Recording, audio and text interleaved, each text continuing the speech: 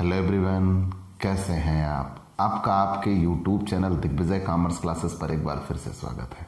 हम आपके लिए अपने इस YouTube channel Digvijay commerce classes पर बीकॉम के सिलेबस के compulsory subject business regulatory framework की पूरी एक सीरीज लेके आ रहे हैं, जिसमें आपको एक तरफ से हर एक कॉन्सेप्ट क्लियरली एक्सप्लेन किया जाएगा।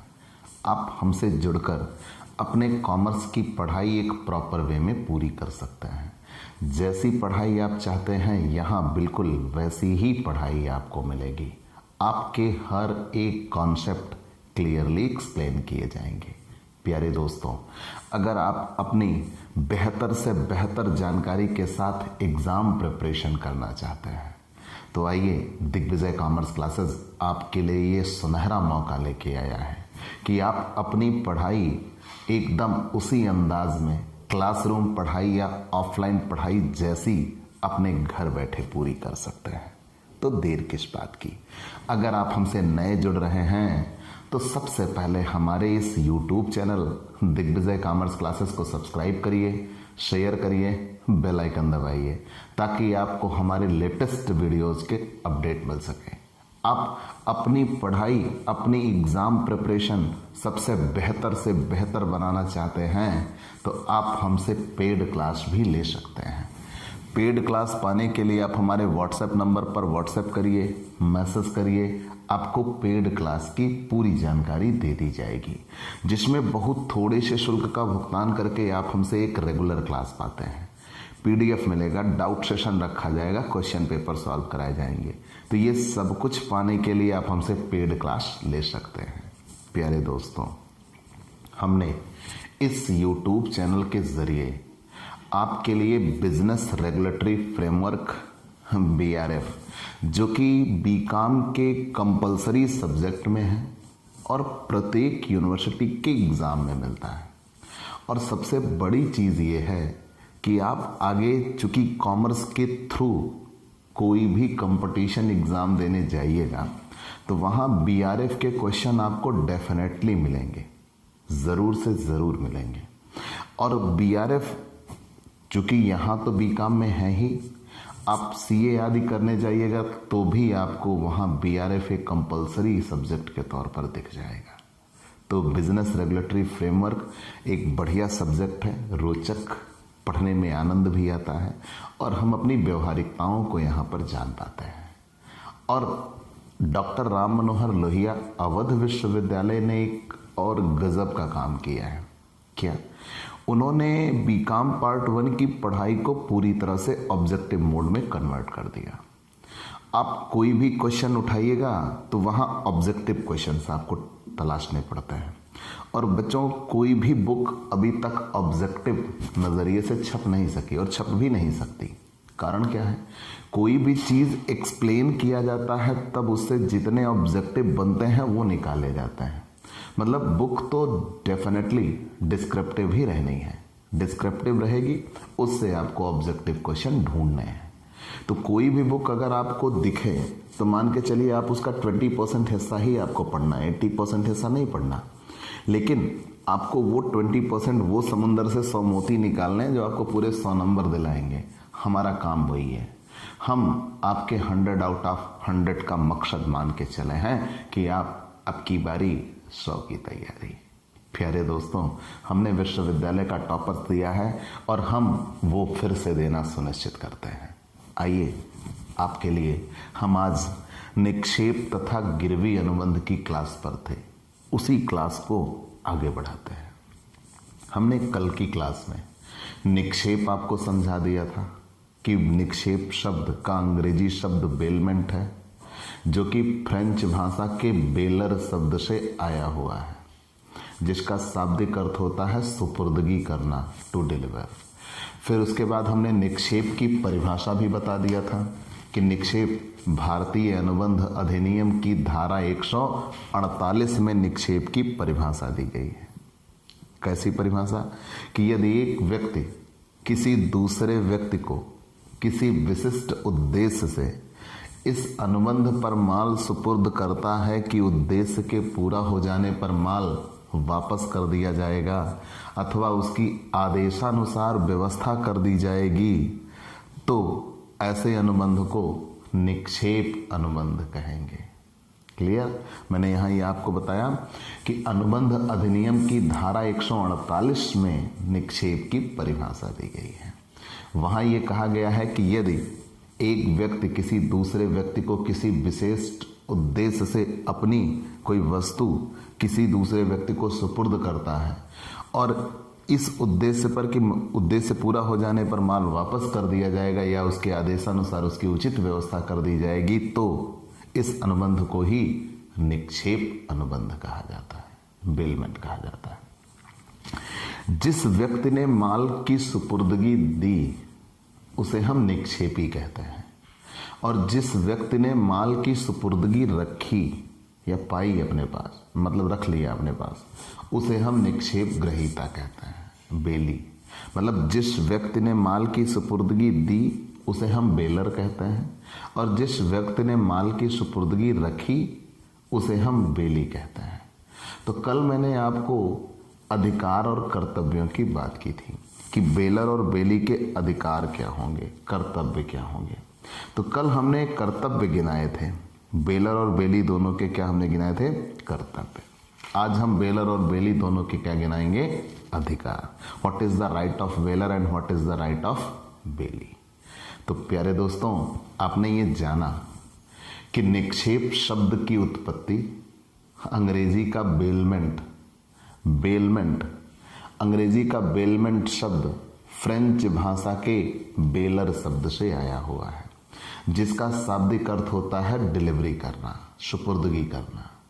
निक्षेप की परिभाषा भारतीय अनुबंध अधिनियम की धारा 148 में दी गई है, और वहां ये कहा गया है कि यदि एक व्यक्ति किसी दूसरे व्यक्ति को किसी विशिष्ट उद्देश्य से इस अनुबंध पर माल सुपुर्द करता है कि उद्देश्य के पूरा हो जाने पर माल वापस कर दिया जाएगा अथवा उसके आदेशानुसार व्यवस्था कर दी जाएगी, तो ऐसे अनुबंध को निक्षेप अनुबंध कहते हैं, बेलमेंट कहते हैं। जिस व्यक्ति ने माल की सुपुर्दगी दी उसे हम निक्षेपी कहेंगे, और जिसके यहाँ माल की सुपुर्दगी रखी गई उसे निक्षेप ग्रहीता कहते हैं। तो आज हमें निक्षेपी के अधिकार जानने हैं। निक्षेपी के अधिकार, निक्षेपी के अधिकार। कल मैंने एक उदाहरण उठाया था, अगर आप उसी उदाहरण को आगे बढ़ा लें तो थोड़ा और आनंद आ जाएगा। मैं वो करीब का, वो गांव का, घर का, आपके बगल का, आपके पड़ोस का उदाहरण देना चाहता हूँ, क्योंकि ये ऐसे उदाहरण होते हैं जो सीधे हमारे दिमाग को हिट करते हैं। और अगर ये हमारे दिमाग को हिट करते हैं क्योंकि हम उससे पर्सनली जुड़ाव महसूस करते हैं, तब इन चीज़ों को हम भूलते नहीं हैं और वो हमारे लिए बेहतर होता है। कैसा उदाहरण, मैं ये बताना चाहता हूँ। यहाँ ये उदाहरण है कि मान लीजिए मैंने कल उदाहरण दिया था कि एक अमन नाम का व्यक्ति है और अमन किसी आवश्यक काम से, और मैंने कल वहाँ जिक्र किया था अमन हनीमून मनाने के लिए अपने घर से बाहर जाना चाहते हैं। लेकिन अब अमन के पास एक भैंस है। अब भाई इंसान हो तो वो मांग कर खा सकता है या करके खा सकता है। अब भैंस वगैरह हैं तो उन्हें तो भाई कोई ना कोई व्यक्ति चाहिए जो उसके चारा पानी आदि को कर सके। तो अमन चूंकि बाहर जाना चाहते हैं, तो अमन जब बाहर जाना चाह रहे हैं तो अमन ने अपनी भैंस 10 दिन के लिए उत्कर्ष के पास रख दी। तो वहाँ उन्होंने ये कहा भाई देखिए 10 दिन के लिए हम आउट ऑफ सिटी जा रहे हैं, शहर से बाहर जा रहे हैं, 10 दिन बाद हम वापस लौटेंगे, और जब 10 दिन बाद हम वापस लौटेंगे तब आप हमारी भैंस हमें वापस कर दीजिएगा, तब तक हमारी भैंस की देखभाल आप करिए। तो यहाँ पूरी बात क्या बनी, अमन ने अपनी किसी वस्तु की सुपुर्दगी किसी दूसरे व्यक्ति को किसी विशिष्ट उद्देश्य से दी, और यहाँ बात यह है कि जब वो विशिष्ट उद्देश्य पूरा हो जाएगा, मीन्स जब अमन लौट के आएंगे तो उन्हें उस वस्तु की सुपुर्दगी वापस मिल जाएगी। यही इतना निक्षेप कहलाता है, बेलमेंट कहलाता है। चले यहाँ तक तो बात ठीक थी। तो यहाँ अमन कौन थे, बेलर, जिसने निक्षेप किया था, निक्षेपी उसे कहते हैं। ठीक। और जिसके यहाँ वो वस्तु रखी गई थी उसे क्या कहेंगे? निक्षेपी। तो उत्कर्ष किस रोल में होंगे? निक्षेपी। तो हमें यहाँ जानना है अमन का अधिकार क्या होगा, और हमें यहाँ जानना है उत्कर्ष के पास क्या अधिकार होंगे। तो सबसे पहले अमन के अधिकारों की बात करते हैं, मतलब निक्षेपी के अधिकारों की बात करते हैं, जिसने अपना माल किसी दूसरे व्यक्ति के पास रखा। तो धारा 151 से 157, धारा 159, धारा 160, धारा 163 में निक्षेपी के अधिकारों को बताया गया है। इतनी धाराएं नहीं आएंगी। यहाँ धारा आती है तो इसी चीज की धारा आएगी कि निक्षेप अनुबंध की धारा कौन सी है। तो आपने जान लिया है कि भारतीय अनुबंध अधिनियम की धारा 148 में निक्षेप को बताया गया है। उसके आगे धाराएं नहीं आनी चाहिए। हाँ, गिरवी आदि की धारा आ सकती है, वो आगे इसी लेशन में है। इतना क्लियर हुआ? आगे बढ़ चलते हैं। तो निक्षेपी के अधिकार क्या होंगे? अब ये हम व्यक्तिगत बोलचाल की भाषा में भी जान सकते हैं। यार, मैंने अपना सामान तुम्हें दिया, चलो सोचो, आपको साइकिल की जरूरत थी, आप थोड़े समय के लिए मेरी साइकिल मुझसे ले गए, तो मैं क्या अधिकार रखता हूं? जब मेरा सामान है, थोड़े समय के लिए आपने मुझसे साइकिल ले ली कि आप ये काम करोगे, काम करने के बाद हमें इतनी देर में हमारी साइकिल वापस कर दोगे, मैं क्या अधिकार रखता हूं? जब आपका काम पूरा हो जाए मैं अपनी साइकिल वापस ले लूं, पहला अधिकार तो यही है मेरा। अगर मान लीजिए आप उसमें कोई टूट फूट कर देते हो तो आप वो बनवा के दीजिए ना, यही तो काम होता है। अगर मान लीजिए आपने कोई उस पर अनावश्यक या अकस्मात खर्च हो गया जो आपको करना पड़ गया, तो आप उस खर्च को कर दिए हो तो हमें उसको भुगतान भी करना होता है, हमारे कर्तव्य भी बन जाते हैं। तो मैंने ये कहा, अगर मेरी कोई वस्तु मैंने थोड़े समय के लिए किसी विशिष्ट उद्देश्य से आपको दिया, तो उस विशिष्ट उद्देश्य के पूरा हो जाने के बाद हमें हमारी वस्तु वापस मिल जानी चाहिए। यही निक्षेप का अनुबंध होता है, और यही मेरा अधिकार है कि जब वो विशिष्ट उद्देश्य पूरा हो जाए तो हमें हमारी वस्तु वापस मिल जाए। अगर हमारी वस्तु में कोई वृद्धि हो गई तो वृद्धि के साथ वो वस्तु वापस मिले। चलिए हम एक तर्क पे आते हैं। मैंने ये कहा, एक उदाहरण रखिएगा, तभी आप बेहतर तरीके से समझ पाएंगे, नहीं तो आप मिस करेंगे, कुछ ना कुछ टॉपिक छूट जाएगा। तो मैंने ये कहा कि अमन नाम का एक व्यक्ति किसी विशिष्ट उद्देश्य से शहर से बाहर जा रहा है। तो जब वो बाहर जा रहा है तो उसने अपनी भैंस थोड़े समय के लिए, भाई जितने दिन के लिए वो बाहर जा रहा है उतने दिन के लिए उत्कर्ष नाम के व्यक्ति के पास रख दी। तो जब उन्होंने वो अपनी भैंस उत्कर्ष नाम के व्यक्ति को दे दी और ये कहा, भाई देखिए ये भैंस हमारी है, इसकी देखभाल करिएगा, और देखभाल करने के दौरान देखभाल करिएगा, और जब हम वापस आएंगे तो हमारी भैंस हमें वापस कर दीजिएगा। तो ये निक्षेप अनुबंध होता है, बेलमेंट होता है। अब यहाँ मुद्दा ये निकला, ध्यान दीजिएगा, अधिकारों की बात मैं कर रहा हूँ, और मैंने अभी सेंटेंस क्या कहा कि अमन कहीं बाहर जा रहे थे। शब्दों को पकड़िए, नहीं दिक्कत हो जाएगी। अमन कहीं बाहर जा रहे थे। जब अमन बाहर जा रहे थे तो किसी विशेष उद्देश्य से, तो उन्होंने अपनी भैंस उत्कर्ष को दी और कहा इसकी उचित देखभाल करिएगा, और उसके बाद जब हम वापस आएंगे तो हमें हमारी भैंस वापस कर दीजिएगा। अब उन्होंने कहा, भाई इन्होंने देखने के लिए कहा। अब उत्कर्ष बैठ गए कुर्सी डाल के और उन्होंने भैंस की अच्छे से देखभाल करी, मतलब सिर्फ देखा, भाला कुछ नहीं। मतलब कि वो उसको चारा नहीं दे रहे हैं, उसको नहला धुला नहीं रहे हैं, अच्छे से उसकी खातिरदारी नहीं कर रहे हैं, और जब वो लौट के आते हैं तो उन्होंने देखा कि उनकी भैंस मृतप्राय पड़ी हुई है, उसको इतने दिनों से चारा पानी नहीं मिला हुआ है। तो अमन ने ये कहा, भाई आपने ये क्या क्या कहा, आपने देखने के लिए कहा था, हमने देखा। तो देखभाल का अभिप्राय यह है कि आप उसको अच्छे से रखिए, समय समय पर उसका चारा पानी करिए। जब वो लौट के आएंगे तब जो आपका खर्च होता है उस खर्च को देंगे।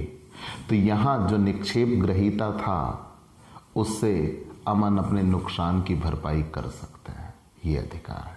मतलब ये कि अगर निक्षेप ग्रहीता की उपेक्षा से कोई हानि पहुंचती है तो हानि की पूर्ति कराने का अधिकार किसके पास है? निक्षेपी का है। मेरा सामान तुम रखो, उस देश से पूरा हो जाए, हम वापस ले लेंगे, और अगर तुम्हारी गलती से उसमें कुछ गड़बड़ हुई, टूट फूट हुआ, तो जिम्मेदारी आपकी जनाब, उसे बनवा कर दीजिएगा।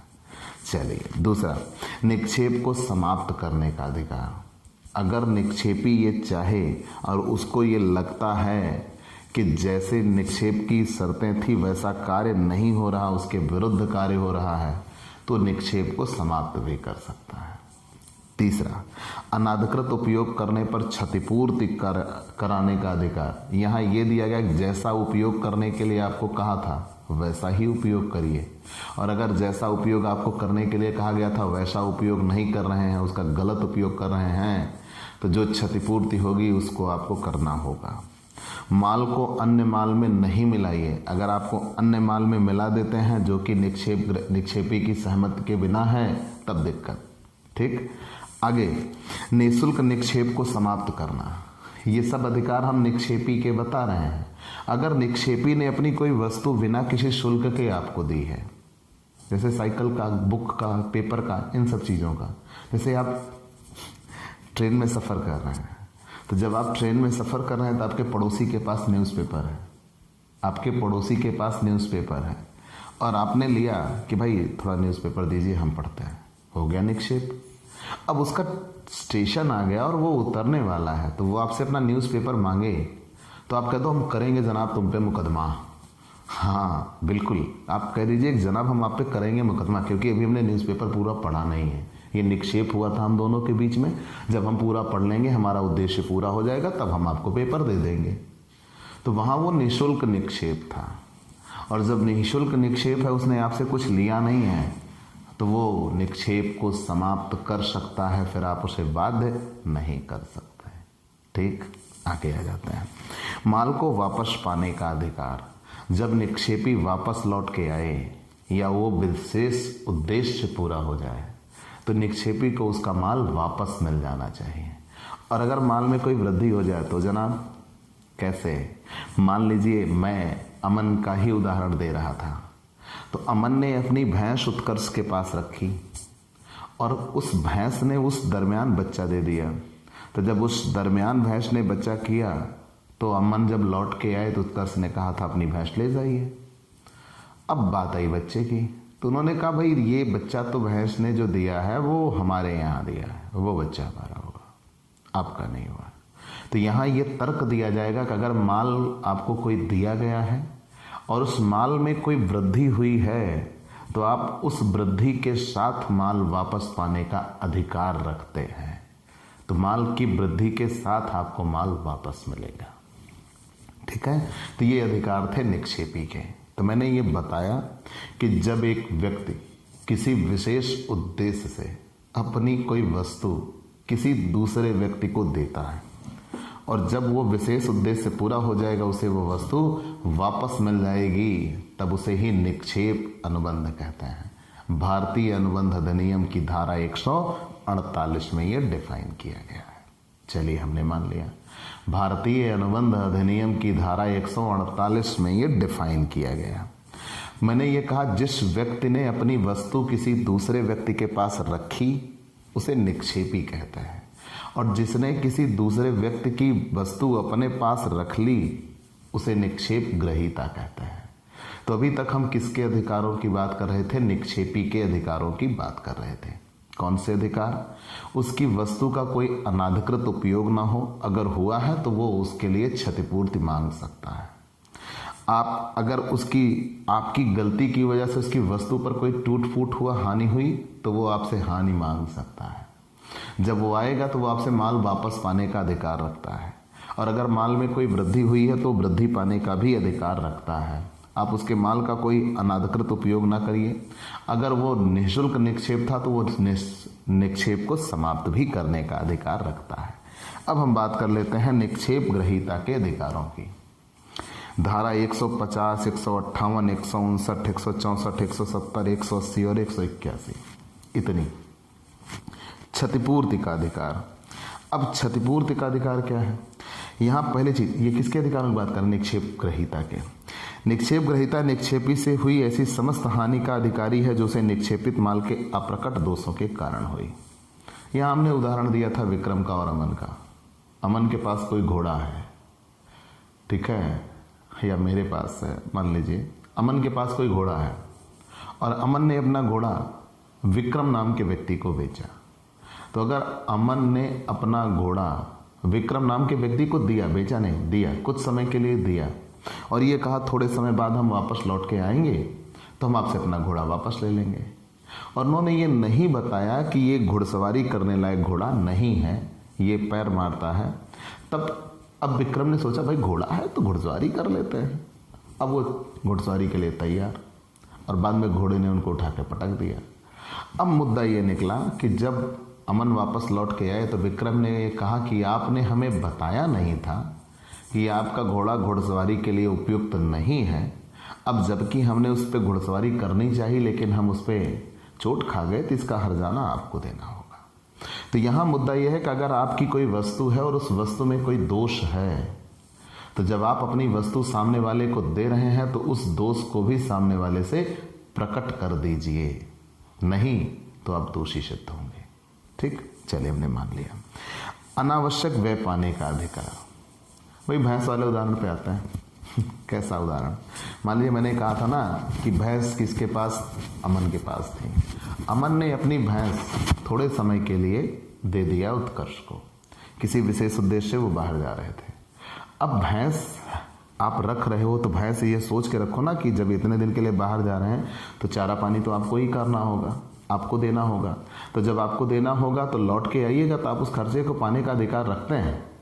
वो जब अमन लौट के आएंगे तो आप उस खर्चे को अमन से ले सकते हो, क्योंकि आपने भैंस के लिए चारा पानी मेहनत किया, तो आप उसके लिए पारिश्रमिक पाने का भी अधिकार रखते हैं और उन खर्चों को भी पाने का अधिकार रखते हैं वास्तव में जो आपने किया। लेकिन मान लो भैंस बीमार पड़ गई और आपने उसकी दवा कराई तो, और ना ही कराई तो, अगर दवा नहीं कराई और भैंस मर गई तो ये आपकी गैर जिम्मेदारी होगी, और जब आपकी गैर जिम्मेदारी होगी तब फिर अमन जब वापस लौट के आएंगे तो उत्कर्ष से उसका पैसा हानि ले सकते हैं। और मान लो दवा कराई, उचित दवा कराई, फिर भी ना बची तो तब फिर वापस पाने का अधिकार नहीं रखते। मृत्यु तो किसी की भी हो सकती है, मृत्यु तो स्वाभाविक है। तो इस जगह पे याद रखिएगा, अगर उन्होंने कोई दवा करा दी तो जब अमन वापस लौट के आएंगे तो उस दवा को भी पाने का अधिकार दवा के खर्च का निक्षेप ग्रहीता का होगा। असाधारण व्यय पाने का अधिकार मैंने बताया। निक्षेप के पूर्व खंडन पर क्षतिपूर्ति कराने का अधिकार। मान लीजिए निक्षेप ग्रहीता ने, निक्षेपी ने आपको कोई वस्तु दी और समय के पूर्व निक्षेप ग्रहीता से निक्षेपी अपनी वस्तु वापस ले लेता है। बेली से बेलर अपनी वस्तु वापस ले लेता है तो उसको नुकसान पहुंचा। तो जब बेली को नुकसान पहुंचा तो उस नुकसान की भरपाई के लिए वो जरूर कंपनसेशन मांग सकता है। अगर कोई दूषित निक्षेपी का दूषित स्वामित्व पर क्षतिपूर्ति का अधिकार, यदि मान लीजिए आपका कोई वस्तु थी ही नहीं लेकिन आपने निक्षेप ग्रहीता को दे दिया तो तब फिर आपसे वो कंपनसेशन मांग सकता है। ऐसे ही यहाँ पर कई दिए हैं। माल पर विशेषाधिकार क्या है? जब निक्षेप ग्रहीता ने निक्षेपित माल के संबंध में से कोई सेवा अर्पित की हो जिसमें परिश्रम अथवा चातुर्यता शामिल हो तो उसके विपरीत किसी अनुबंध के अभाव में वह तब तक माल को अपने पास रोकने का अधिकार रखेगा जब तक उसका पारिश्रमिक उसको ना मिल जाए। ये मैंने पहले ये बता दिया कि अगर आप भैंस रख रहे हो किसी दूसरे व्यक्ति की अपने पास तो भैंस पे चारा पानी आदि करना होगा, तो आप उस चारा पानी के लिए जो खर्च किया वो तो मांगेंगे ही मांगेंगे, प्लस आपने उस पर जो मजदूरी दी है उसे भी मांगेंगे, और जब तक आपकी मजदूरी नहीं मिल जाती तब तक आप उसको वापस नहीं कर सकते या वापस नहीं देंगे, ये आपका अधिकार होता है। चलिए ये चीज़ें आपने जान लिया। निक्षेप की समाप्ति कैसे होती है? ठीक है, निक्षेप की समाप्ति, टर्मिनेशन ऑफ पेमेंट। निक्षेप की समाप्ति होगी कैसे? पहली चीज़ तो ये हमें इसके बारे में एक एक चीज़ें जाननी है। निक्षेप की समाप्ति कैसे? तो मैंने ये बताया कि जिस उद्देश्य से निक्षेप किया गया है अगर वो उद्देश्य पूरा हो गया तो हो गया निक्षेप समाप्त। जिस उद्देश्य से निक्षेप किया गया है अगर वो उद्देश्य पूरा हो गया तो निक्षेप की समाप्ति हो जाती है। दूसरा, निक्षेप ग्रहीता द्वारा निक्षेपित वस्तु के संबंध में कोई ऐसा कार्य करना जो निक्षेप की शर्तों के विपरीत हो तभी भी निक्षेप समाप्त किया जा सकता है। मान लीजिए मैंने अपनी कोई वस्तु आपके पास रखी और जिन शर्तों के साथ मैंने अपनी वस्तु आपके पास रखी आप उन शर्तों को पूरा नहीं कर रहे हैं, आप उसका अनाधिकृत उपयोग कर रहे हैं, तो मैं निक्षेप को समाप्त कर सकता हूँ। जिस समय के लिए निक्षेप हुआ था अगर वो समय पूरा हो गया तो जितने समय के लिए निक्षेप हुआ था, अगर वो समय पूरा हो गया तो भी निक्षेप समाप्त हो जाता है। अगर निःशुल्क निक्षेप है तो अपनी इच्छानुसार समय अथवा उद्देश्य के पूरा होने से पहले ही निक्षेप समाप्त किया जा सकता है। अगर निःशुल्क निक्षेप रहा हो तो निक्षेपी अथवा निक्षेप ग्रहीता में किसी एक की मृत्यु हो जाने पर निःशुल्क निक्षेप की समाप्ति हो जाती है। याद रखिएगा, अगर निक्षेपी या निक्षेप ग्रहीता में से कोई एक की मृत्यु हो जाए और वहां निःशुल्क निक्षेप रहा हो तो निःशुल्क निक्षेप की समाप्ति हो जाती है। और जिस उद्देश्य के लिए निक्षेप हुआ था, अगर वो उद्देश्य पूरा हो जाए तो भी निक्षेप समाप्त हो जाता है। तो निक्षेप की समाप्ति आपने जान लिया, निक्षेप की समाप्ति आपने जान लिया। अब हम आते हैं सराय रक्षक और होटल वाले। ये क्या है? सराय रक्षक और होटल वाले, धारा 151 और धारा 152। बहुत छोटा सा कॉन्सेप्ट है। जैसे मान लीजिए आप किसी होटल में ठहरे, एकदम व्यवहारिक ज्ञान जान लीजिए, फिर आगे बढ़ चलते हैं। मान लीजिए आप किसी होटल में ठहरे, और जब आप होटल में ठहरे हो तो वहां से जब आप जाने लगे तो होटल से जाने पर आप अपनी कोई वस्तु भूल गए। एक उदाहरण देते हैं, मनोज बाजपेयी का, ठीक है ना, मनोज बाजपेयी और पंकज त्रिपाठी। हाँ, ये दो फेमस कलाकार हैं भारत के। तो पंकज त्रिपाठी ने एक किस्सा बताया। पंकज त्रिपाठी ने एक किस्सा बताया कि वो किसी होटल में काम करते थे। तो जब पंकज त्रिपाठी किसी होटल में काम करते थे तो वहाँ मनोज बाजपेयी रुके थे, और मनोज बाजपेयी उनके आदर्शों में एक थे। तो मनोज बाजपेयी जब जाते समय आप सोच रहे होंगे ये व्यक्ति कहाँ की बातें करता है। भाई देखिए, हमारा तो एकमात्र मकसद है कि हम आपको वो चुनिंदा बातें बताएं जो आपके दिमाग को हिट करती हों। ठीक, चलिए। तो हमने ये कहा कि मनोज बाजपेयी और पंकज त्रिपाठी दो व्यक्ति हैं। तो पंकज त्रिपाठी ने एक किस्सा बताया, वो किस्सा यहाँ बैठा मेरे दिमाग में, आज वो मैं आपसे साझा कर रहा हूँ। तो पंकज त्रिपाठी ने ये कहा कि मैं किसी होटल में काम करता था और वहाँ मनोज बाजपेयी आके रुके। तो जब मनोज बाजपेयी आके वहाँ रुके तो मैं उनसे मिला। वो चूँकि मेरे आदर्श थे, रोल मॉडल थे, मैं भी थिएटर कर रहा था और उसके साथ साथ उनको फॉलो भी करता था। लेकिन मनोज बाजपेयी जब अगली सुबह जाने लगे तो अपनी चप्पल भूल गए। हाँ, होटल में अपनी चप्पल भूल गए। तो चूंकि होटल का ये कॉन्सेप्ट होता है कि अगर कोई अतिथि अपनी कोई वस्तु भूला है तो होटल का ये कर्तव्य है कि वो उस वस्तु को संभाल कर रखे, कि जब वो व्यक्ति वापस आ जाएगा तो उसको वो वस्तु वापस कर दी जाएगी। ये कर्तव्य यहाँ बताया गया है कि श्री मुल्ला के विचार से, ये श्री यहाँ दिनशाह एफ मुल्ला ने एक स्टेटमेंट दिया है और धारा 151 152 में है। तो भारतीय संनियम में सराय रक्षक का वही दायित्व होता है जो एक निक्षेप ग्रहीता का होता है।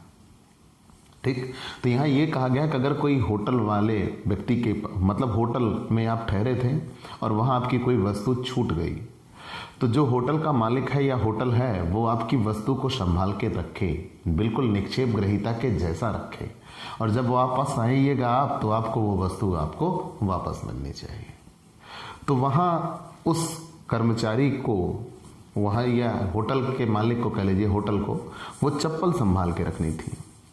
तो उन्होंने चप्पल संभाल के रखना था, लेकिन पंकज त्रिपाठी के चूंकि वो आदर्श थे तो पंकज त्रिपाठी ने रिक्वेस्ट किया और कहा कि आप हमें ये चप्पल दे दीजिए और हम सर से बात कर लेंगे अगर वो आएंगे तो।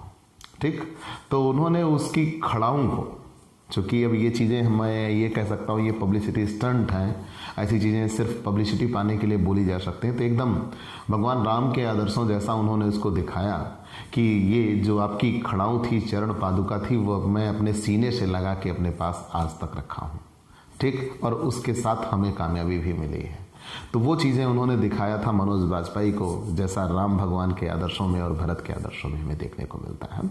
लेकिन यहाँ बात यह है कि अगर किसी होटल में कोई व्यक्ति ठहरा है तो होटल में रुकने के बाद अगर उसको वहाँ कोई वस्तु छूट गई, वो भूल गया, तो अगली बार या उसको संभाल के वो वस्तु रखी जाए, जब वो व्यक्ति वापस आएगा तो उसको वो वस्तु वापस कर दी जाएगी। पूर्वाधिकार, ग्रहणाधिकार और विशेषाधिकार किसे कहते हैं, हमें ये जानना है। पूर्वाधिकार, ग्रहणाधिकार और विशेषाधिकार। तो सबसे पहले ग्रहणाधिकार किसे कहते हैं। ठीक, और यहाँ से क्वेश्चन कई बनते हैं। ग्रहणाधिकार, ठीक है, हमें क्या पढ़ना है? ग्रहणाधिकार।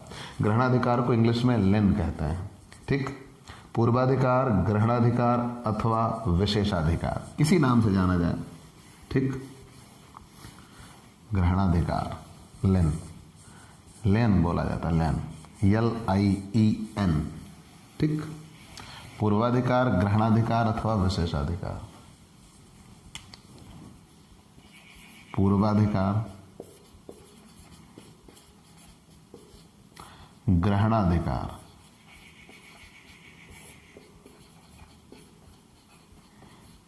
अथवा विशेषाधिकार। पूर्वाधिकार, ग्रहणाधिकार अथवा विशेषाधिकार। ठीक, पूर्वाधिकार, ग्रहणाधिकार अथवा विशेषाधिकार। चलिए तो हम बात करते हैं पूर्वाधिकार, ग्रहणाधिकार अथवा विशेषाधिकार, लियन। तभी हम सिर्फ किसकी बात कर रहे हैं? ग्रहणाधिकार। पूर्वाधिकार, ग्रहणाधिकार सबके एक जैसे ही कॉन्सेप्ट या एक ही नामों से भी नहीं जाना जाता है, लियन। ठीक, देखिए ग्रहणाधिकार कहते किसे हैं? चलिए हम आपको एक बहुत अच्छी बातों के साथ इसको बताते हैं। मान लीजिए कि ग्रहणाधिकार एक व्यक्ति का उस माल को जो कि उसके कब्जे में है परंतु किसी दूसरे का है। ध्यान दीजिए, हाँ, आपने बचपन में अपने ये बहुत किया होगा, अभी भी किया होगा, करते होंगे। मेरी वस्तु है, मैंने आपको दी, तो जब मेरी वस्तु है और मैंने आपको दी है और वही वस्तु ठीक उसी समय आपसे कोई दूसरा व्यक्ति मांग रहा है, हम नहीं देंगे, हमने उनसे लिया है, हम उनको वापस कर देंगे, तब आप उनसे ले लीजिएगा। वस्तु मेरी है यार, अधिकार मेरा है, लेकिन उस समय उस पर कब्जा आप जता रहे हो, वो ग्रहणाधिकार होता है। ठीक, तो मैंने ये कहा कि जब किसी एक व्यक्ति के पास कोई वस्तु हो और वो उसके कब्जे में हो, अर्थात वो उस अधिकार में हो कि वो अपने पास उस वस्तु को रोके रख सकता है, तब उसे ही क्या कहा जाएगा? ग्रहणाधिकार कहा जाता है। पूरी कॉन्सेप्ट ये समझिए कि ग्रहणाधिकार से आशय, पहली चीज तो इसकी धारा आप आगे चल के पढ़िएगा। ग्रहणाधिकार में कई धाराएं भी मिल जाएंगी, 168, 170, 173, ये सब मिल जाएंगे। तो ग्रहणाधिकार कहेंगे किसे? तो मैंने कहा ना, ग्रहणाधिकार से आशय एक व्यक्ति द्वारा दूसरे व्यक्ति के माल को उस समय तक अपने पास रोके रखने के अधिकार से है जब तक कि उसको बकाया राशि का भुगतान ना कर दिया जाए। अब ध्यान दीजिएगा, मैंने यह समझाने का प्रयास किया कि आपने ऐसा किया होगा, बिल्कुल किया होगा। तो ग्रहणाधिकार कहते किसे हैं? जब किसी व्यक्ति के ग्रहणाधिकार से आशय एक व्यक्ति द्वारा दूसरे व्यक्ति के माल को उस समय तक अपने पास रोके रखने का अधिकार है जब तक कि उसे उसके माल का पूरा भुगतान ना मिल जाए। जैसे आप एक उदाहरण देते हैं हम आपको कि मान लीजिए किसी एक व्यक्ति ने कोई वस्तु खरीदी, बराबर, आप एक दुकानदार हो और आपसे कोई वस्तु खरीदी। तो जब आपसे उसने कोई वस्तु खरीदी और उसने उस वस्तु का पूरा पेमेंट नहीं किया, तो आपने कहा ठीक है, जितने पैसे हैं आपके पास उतना दे दीजिए, सामान हम रख ले रहे हैं, जैसे ही आप पूरा पेमेंट करिएगा सामान ले जाइएगा। तो चूंकि वो खरीद चुका है, आप वस्तु बेच चुके हो, आपका स्वामित्व समाप्त हो चुका है, स्वामित्व अब उसका है, लेकिन फिर भी आप वो अधिकार रख रहे हो कि जब तक आपको पूरा पेमेंट नहीं मिल जाता तब तक वस्तु आप अपने पास रख सकते हो। तो इसे ही ग्रहणाधिकार कहा जाता है, लेन कहा जाता है। ठीक, तो यहां मैंने बताया कि ग्रहणाधिकार एक व्यक्ति को उस माल का उस समय तक रोके रखने कहा गया। ग्रहणाधिकार एक व्यक्ति का उस माल को जो कि उसके कब्जे में है परंतु किसी दूसरे का है, जो कि उसके कब्जे में है परंतु किसी दूसरे का है, अर्थात वो उसका वास्तविक स्वामी नहीं है, लेकिन उस समय तक रोके रखने का अधिकार है जब तक कि उसकी मांग को पूरा ना कर दिया जाए। ठीक, तो यह अधिकार उस समय समाप्त हो जाता है जबकि वस्तु उसके कब्जे से माल निकल जाता है। तो ग्रहणाधिकार आपने जान लिया। तो मैंने ये बताया कि जब किसी व्यक्ति के पास कोई वस्तु या माल हो और उसको ये अधिकार मिल गया कि जब तक उसको उसका पूरा भुगतान नहीं मिल जाता तब तक वो वस्तु को अपने अधिकार में रख सकता है, तब उसे ही क्या कहा जाएगा, ग्रहणाधिकार कहा जाएगा।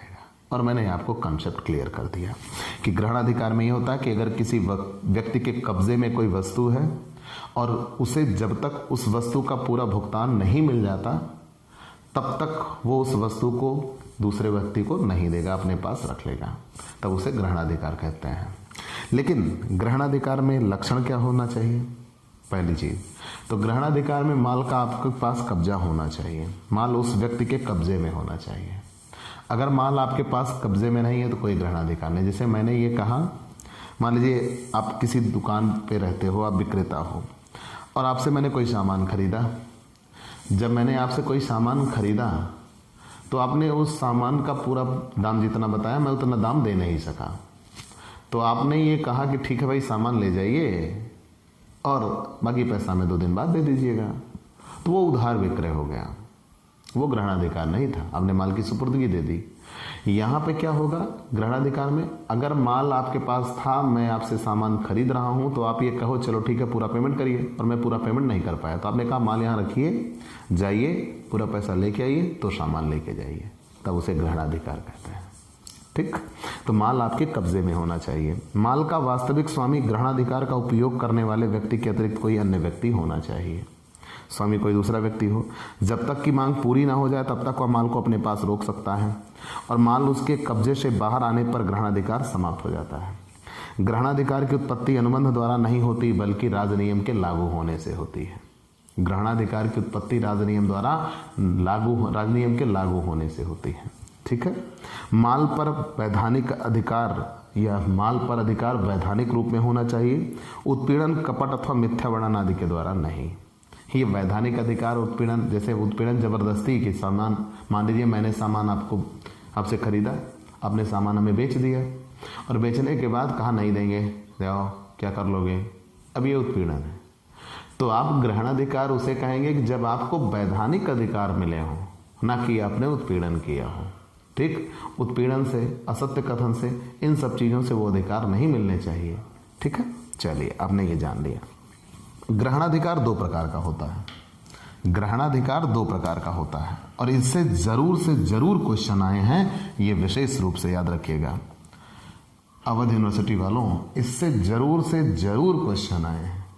ग्रहणाधिकार और विशेषाधिकार, मतलब यहां पे ग्रहणाधिकार 2 होते हैं, एक विशिष्ट ग्रहणाधिकार, एक होता है विशिष्ट ग्रहणाधिकार और एक होता है सामान्य ग्रहणाधिकार। हमें यह बताना होता है कि कौन सा ग्रहणाधिकार सामान्य है और कौन सा ग्रहणाधिकार विशिष्ट है।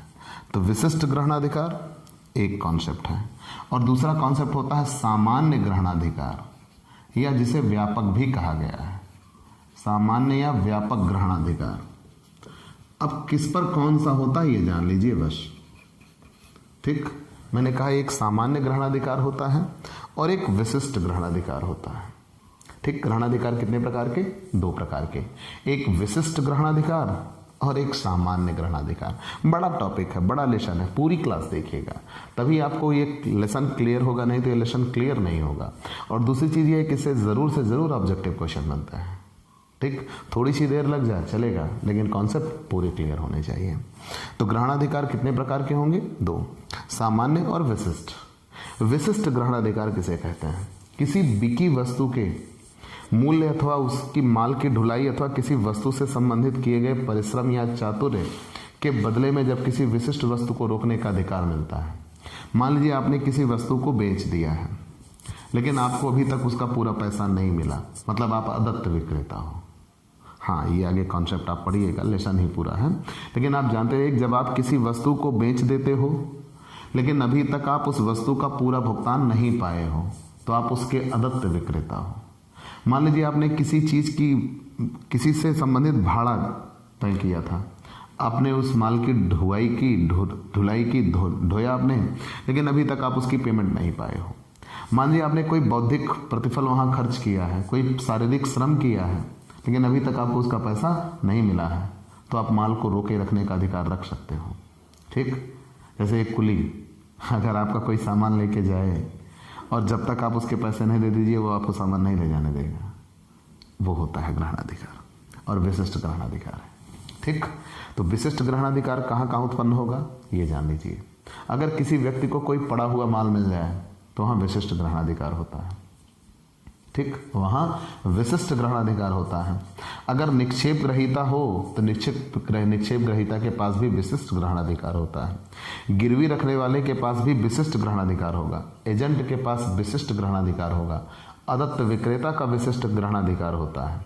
ठीक, ये इतनी चीज आप जाने रहिएगा, ये विशिष्ट ग्रहणाधिकार होता है। मैंने किसका किसका बताया? अदत्त विक्रेता का, एजेंट का, फिर उसके बाद किसका? गिरवी रखने वाले का, और निक्षेप ग्रहीता का, और पड़ा हुआ माल पाने का। इन सब के पास क्या होता है? विशिष्ट ग्रहणाधिकार होता है। सामान्य या व्यापक ग्रहणाधिकार किसे कहते हैं? यहाँ पे कोई सामान की बिक्री नहीं होगी, कोई माल आप किसी के लिए शारीरिक श्रम नहीं किए होंगे, लेकिन फिर कैसे? जैसे सामान्य ग्रहणाधिकार वह अधिकार है जिसके द्वारा किसी अन्य व्यक्ति के माल को हिसाब के सामान्य शेष के लिए रोक कर रखा जाता है।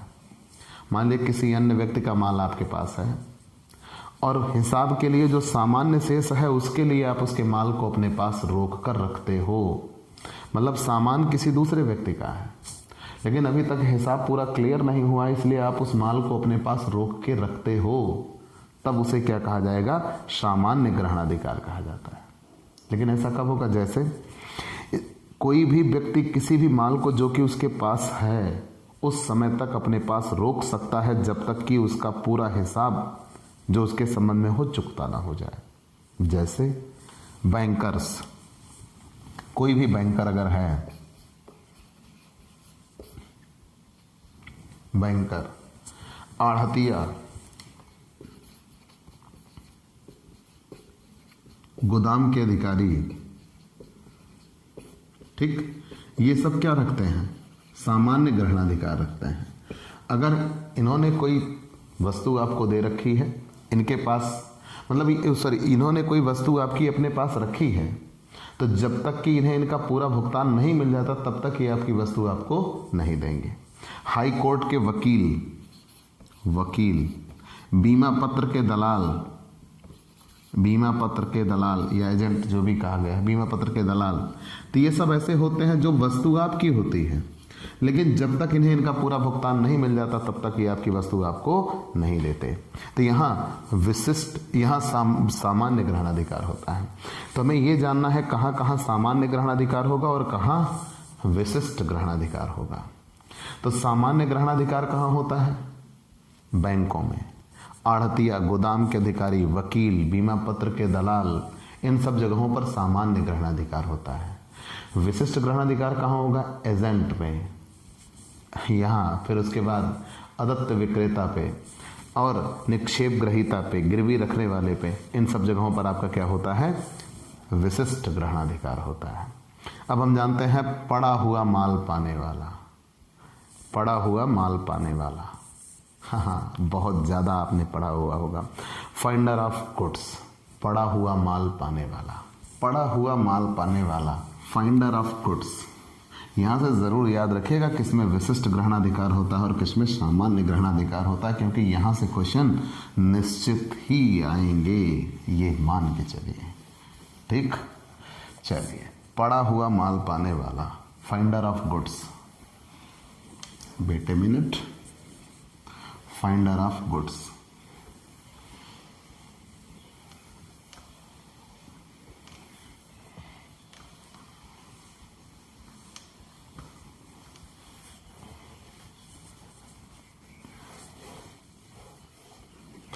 पड़ा हुआ माल पाने वाला।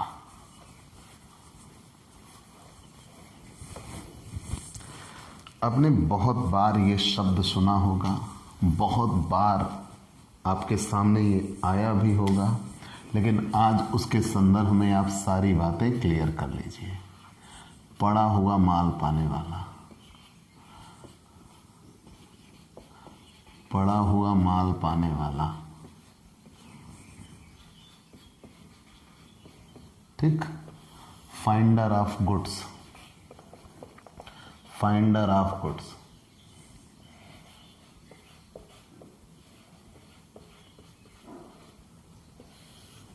Finder of goods. देखिएगा, पड़ा हुआ माल पाने वाला, आखिर ये पड़ा हुआ माल पाने वाला कौन? पहली चीज तो ये कि अनुबंध अधिनियम की धारा यहाँ 168 से 169 तक की बात की गई है। ठीक, 168 से 169, लेकिन अनुबंध अधिनियम की धारा 71 में ये कहा गया है।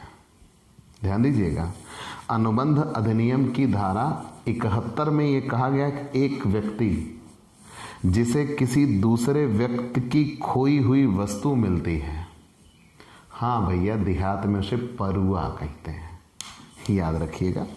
अनुबंध अधिनियम की धारा 71 के अनुसार क्या है? एक व्यक्ति जिसे किसी दूसरे व्यक्ति की खोई हुई वस्तु मिलती है और वह उसे अपने संरक्षण में ले लेता है। एक व्यक्ति जिसे किसी दूसरे व्यक्ति की कोई वस्तु उसे मिलती है और उसे वह अपने संरक्षण में ले लेता है, तो वह उस वस्तु का निक्षेप ग्रहीता बन जाता है। जैसे ही आपको कोई पड़ी हुई वस्तु मिले, या तो आप उठाएं ना, और जैसे ही आपने उस वस्तु को उठाया, आप उसके निक्षेप ग्रहीता बन गए। तो मतलब पीछे अब लेसन में जितनी चीजें आपने पढ़ी, अब वो सब कुछ आपको करना होगा। मतलब उस वस्तु की उचित देखभाल करिए, उसके वास्तविक स्वामी का पता लगाइए, और उसके स्वामी का वास्तविक पता लगाकर आप उस वस्तु को उसको सुपुर्द करिए। अगर उसके संदर्भ में कोई खर्च होता है तो खर्च करिए, और खर्च करने के बाद जब उसका वास्तविक मालिक मिल जाएगा तो आप उस खर्च को उसे पाने का अधिकार रखते हैं। ये सारी चीजें आपने जान लिया, वही कुछ यहाँ होगा। मतलब अगर किसी तो क्या वो सामान हमारा भी बन सकता है? हाँ, अगर वो सामान शीघ्र नष्ट होने वाली प्रवृत्ति का है तो आप उस सामान को बेच भी सकते हो। अगर शीघ्र नष्ट होने वाली प्रवृत्ति का है तो आप उस सामान को बेच भी सकते हो, ये याद रखिएगा। तो यहाँ ये कहा गया कि एक व्यक्ति जिसे किसी दूसरे व्यक्ति की कोई खोई हुई वस्तु मिलती है तो वो उसका निक्षेप ग्रह और वो उसे अपने संरक्षण में ले लेता है, तो वह उसका निक्षेप ग्रहीता बन जाता है। अगर एक व्यक्ति को किसी दूसरे व्यक्ति की कोई खोई हुई वस्तु मिलती है और वह उसे अपने संरक्षण में ले लेता है, तो वह उसका निक्षेप ग्रहीता बन जाता है। उदाहरण के लिए, काकी एक खोई हुई पुस्तक खाको मिल जाती है और वह उसे उठा लेता है, तो उसका निक्षेप ग्रहीता बन जाएगा। ठीक, तो हमने ये कहा कि अगर किसी को कोई खोई हुई या पड़ी हुई वस्तु मिल जाए और वो उसे अपने संरक्षण में ले ले, तो जैसे ही वो उसे अपने संरक्षण में लेगा, वो उसका निक्षेप ग्रहीता बन जाएगा। अब यहाँ मुद्दा ये बना कि अधिकार क्या होगा उसका। पहली चीज तो माल को रोकने का अधिकार। भाई उठा तो लिया, आप निक्षेप ग्रहीता बन गए, अब आप उसके संदर्भ में अधिकार क्या रखते हो? तो आप माल को रोकने का अधिकार है। मतलब जब वो व्यक्ति, जब तक आप उसके उचित स्वामी का पता नहीं लगा लेते, तब तक आप उस माल को अपने पास रोकने का अधिकार रखते हो। दूसरा, व्ययों के लिए माल का ग्रहणाधिकार। अगर आपने कोई व्यय किया है तो व्यय के लिए आप माल का ग्रहणाधिकार भी रखते हो। जब तक आपको वो खर्च नहीं मिल जाता, तब तक माल अपने पास वापस रखिएगा, अपने पास रखिएगा, वो सामने वाले को नहीं दीजिएगा। आपके पास वो अधिकार उत्पन्न है, ग्रहणाधिकार जिसे कहते हैं। जस्ट अभी आप पीछे पड़े थे। तीसरा, प्रस्तावित इनाम के लिए वाद प्रस्तुत करने का अधिकार। अगर सामने वाले ने ये कहा था कि अगर मेरी वस्तु जिसको वापस मिलेगी, जैसे भी एक दिन पहले, 2-4 दिन पहले अमेरिका की कोई सिंगर हैं, टॉप की सेलिब्रिटी है, उनके 2 कुत्ते खो गए थे और उन्होंने कहा था जो मेरा कुत्ता ढूंढ के लाएगा अप्रॉक्स उन्हें 3 से 5 करोड़ के आसपास का इनाम देने की बात कही थी। अब उनके कुत्ते आपको मिल गए जी, उनके कुत्ते अगर आपको मिल जाते हैं तो उस कुत्ते को जो ढूंढ के लेके आएगा वो इनाम पाने का अधिकारी है। अगर वो इनाम नहीं दे रही है तो कुत्ते नहीं देगा, तब तक नहीं देगा जब तक कोई इनाम नहीं दे देती। आगे, विक्रय का अधिकार। अगर वस्तु शीघ्र नष्ट होने वाली प्रवृत्ति की है तो आप उस वस्तु को बेच भी सकते हो, ये धारा 169 में कहा गया है। ठीक, जब वह यह भय हो कि वस्तु नष्ट हो जाएगी अथवा उसका अधिकांश मूल्य नष्ट हो जाएगा, जब उस वस्तु के संबंध में पाने वाले के व्यय उसके 2/3 मूल्य तक पहुंच गए हों, मतलब जितने की वो वस्तु है उसका 2/3 से ज्यादा आप खुद खर्च कर बैठे हो, तभी भी आप वस्तु बेच सकते हो। ठीक, ये मतलब मैंने क्या कहा, जब वस्तु शीघ्र नष्ट होने वाली प्रवृत्ति की हो और दूसरी प्रवृत्ति ये बन जाती है कि जब आपने जितने की वस्तु है उसका 2/3 हिस्से से ज़्यादा आपने उसके रखरखाव पर खर्च कर दिया तो भी आप उस वस्तु को बेचने का अधिकार पा जाते हैं। चलिए, कर्तव्य क्या होगा? भैया माल उठाया है तो आप उसका कुछ कर्तव्य भी तो आपका बनाया होगा।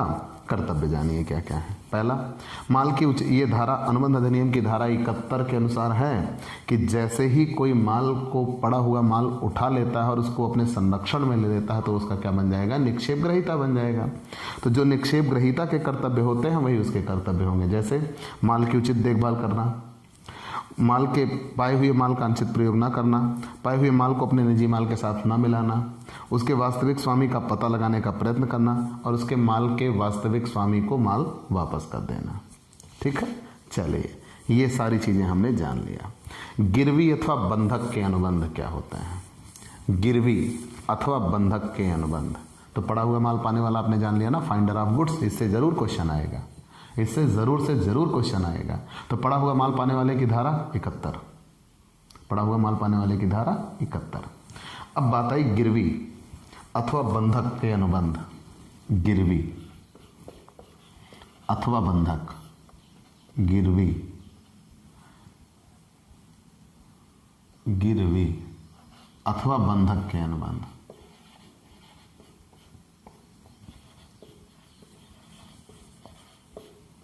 गिरवी अथवा बंधक के अनुबंध। ठीक, तो गिरवी अथवा बंधक के अनुबंध। चलिए, तो गिरवी अथवा बंधक के अनुबंध क्या होंगे? एक एक चीज हम जानते हैं। गिरवी अथवा बंधक के अनुबंध, ध्यान देके जानिएगा। गिरवी अथवा बंधक के अनुबंध, किसी ऋण के भुगतान, पहली चीज तो धारा 172 से धारा 181, लेकिन गिरवी अथवा बंधक के अनुबंध इसकी धारा 172 कहिएगा, धारा 172। ठीक, आइए, तो गिरवी की धारा क्या दी गई है?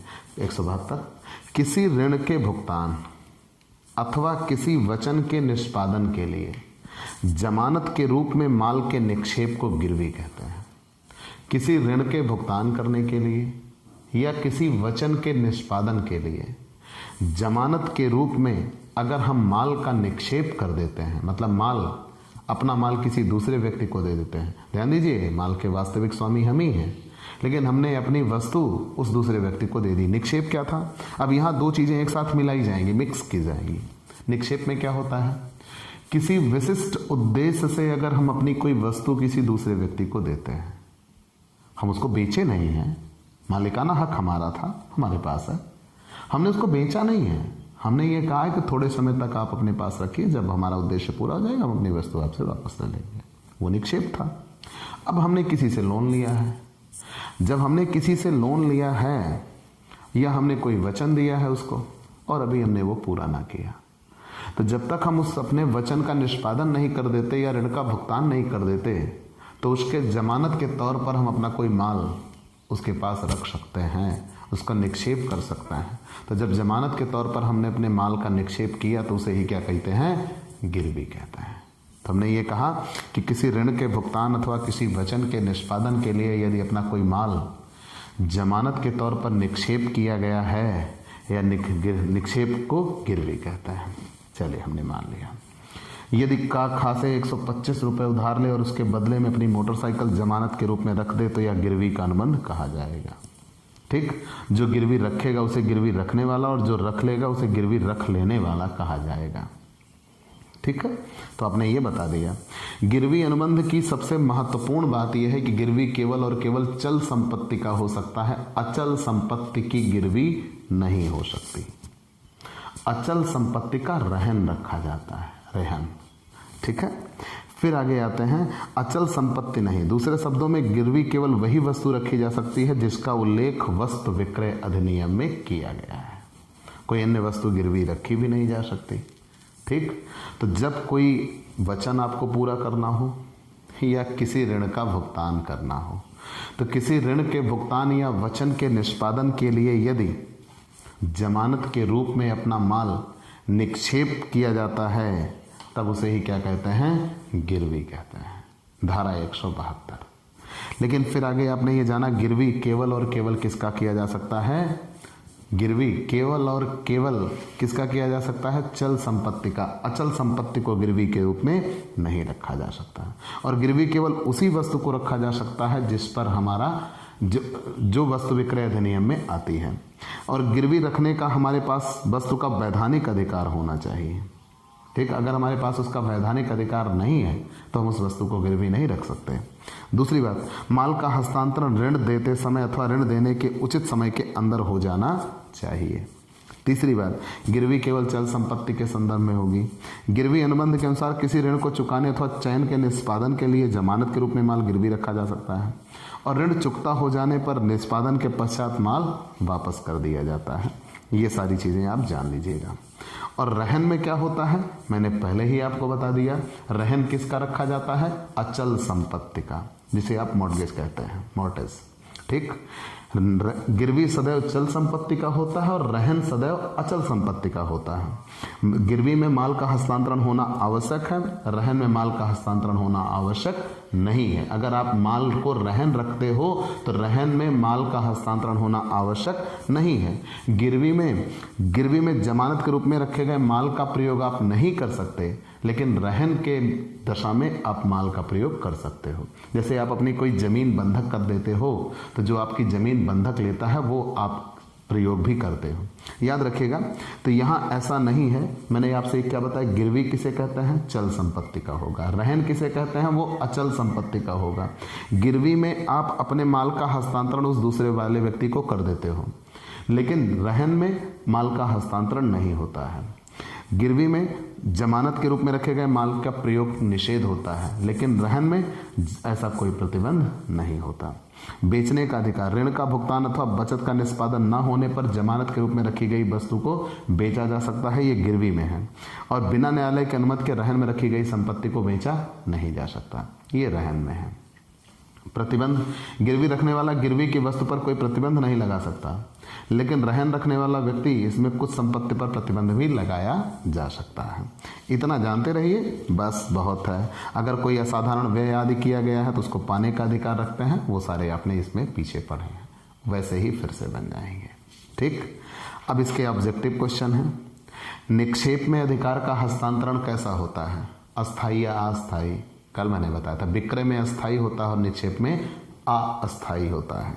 दूसरा, बैंक के खाते में रुपया जमा करना निक्षेप का अनुबंध नहीं होता, देनदार और लेनदार का होता है। गिरवी के अनुबंध में हस्तांतरण होता है केवल किसका? अधिकार का। स्वामित्व का हस्तांतरण तो विक्रय में होता है। गिरवी में केवल अधिकार का हस्तांतरण होता है, स्वामित्व का हस्तांतरण नहीं होता। निक्षेप के अनुबंध में परिभाषा की धारा कौन सी है? निक्षेप किस में आता है? धारा 148 में। यदि निक्षेप ग्रहीता माल का अनाधिकृत उपयोग करता है तो निक्षेपी की इच्छा पर व्यर्थ नहीं होता है। तो जो माल रखने वाला व्यक्ति होता है वो तुरंत उसकी इच्छा पर वो क्या हो जाएगा? व्यर्थ नहीं हो जाएगा। सामान्य पूर्वाधिकार है किसमें? बैंकर के पास। पूर्वाधिकार ग्रहणाधिकार मैंने भी बताया था ना, तो बैंकर के पास। निक्षेप ग्रहीता के पास विशिष्ट होता है, होटल वाले के पास विशिष्ट होता है, पड़ा हुआ माल पाने वाले के पास विशिष्ट होता है। चलिए, तो प्यारे दोस्तों, आपको ये क्लास कैसी लगी हमें ज़रूर बताइएगा। मैंने एक एक शब्द में आपके सारे ऑब्जेक्टिव क्वेश्चन क्लियर करिए। एक शब्द में अगर जवाब मिल जाए तो मतलब आपकी क्लास बेहतर थी, नहीं तो दिक्कत थी। ठीक, जैसे आप क्वेश्चन पढ़ो, दिमाग में आपके ऑप्शन नहीं ढूंढिए कि 4 ऑप्शन दो कोई एक, तब आप तुक्का लगाते हो। तुक्का नहीं बेटा, तुक्का नहीं, बिल्कुल नहीं। आप कोई भी क्वेश्चन पढ़िए और क्वेश्चन पढ़ने के बाद तुरंत आपके दिमाग में उसका जवाब हो, मतलब परफेक्ट। ठीक, उसे बुल्सआई कहेंगे। चलिए, ठीक है। तो प्यारे दोस्तों, आपको ये क्लास कैसे लगी हमें ज़रूर बताइएगा। आपके लाइक और कमेंट का इंतज़ार रहेगा। आप हमसे पेड क्लास भी ले सकते हैं। पेड क्लास पाने के लिए आप हमारे व्हाट्सएप नंबर पर व्हाट्सएप करिए, मैसेज करिए, आपको पेड क्लास की पूरी जानकारी दे दी जाएगी, जिसमें आप बहुत थोड़े से शुल्क का भुगतान करके हमसे एक रेगुलर क्लास पाते हैं। PDF मिलेगा, डाउट सेशन रखा जाएगा, क्वेश्चन पेपर सॉल्व कराए जाएंगे। तो ये सब कुछ पाने के लिए आप हमसे पेड क्लास ले सकते हैं।